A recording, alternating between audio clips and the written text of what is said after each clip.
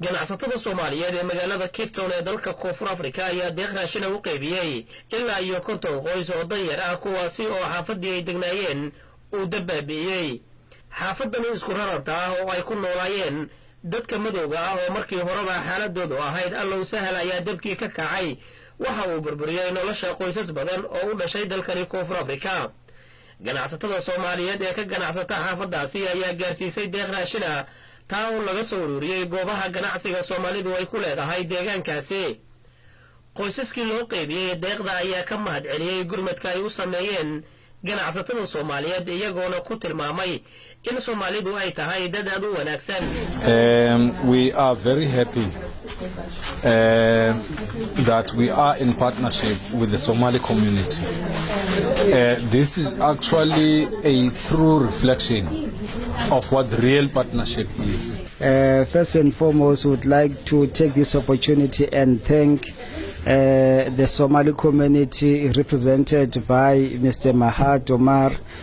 for their kindness and gesture and the donations that they've donated to our community. We are especially moved because this move really shows us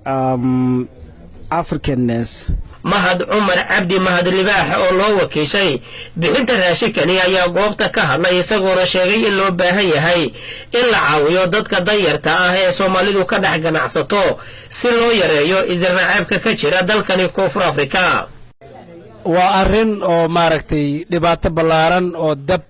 konton qoys oo mataqaana dad faqiir oo tawaalaysan ah gaartay marka haddii aan ganacsatada Soomaalida ee ku noqon gobolkan mataqaana Western Cape waxay nagu noqotay inaan indhaha aan ka fiirsan karin familiyaadka faraha badan ee mataqaana hantidoodii noloshoodii iyo wax walba waayay marka si aan sumcadda Soomaalida oo ka dhax ganacsato dadkan dhibaataysan aan u dhoorno ayaan waxaan go'aan ku qaadanay in aan soo aroorino hanti dhaqaale oo maaragtay noloshooda dadkii guriyo ay ka baaba'een aan wax ugu qabanayno arintan waxay qabanaysaa in ay shacabka halkan degan u arkaan inaysan Soomaalidu ahayn dad ka dhax ganacsada hantidooda iyo dhaqaalahooda ka sameeya kana taganaysan ahayn ee dad ayaga ka dhax tirsan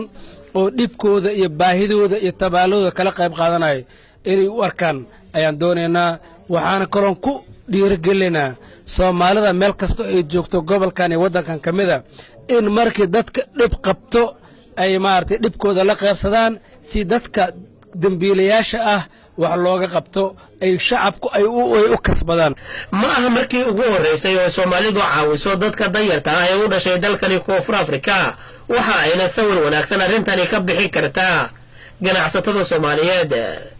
Xasan Kaafi Maxamed Shire telefishinka caalamiga Universal magaalada Cape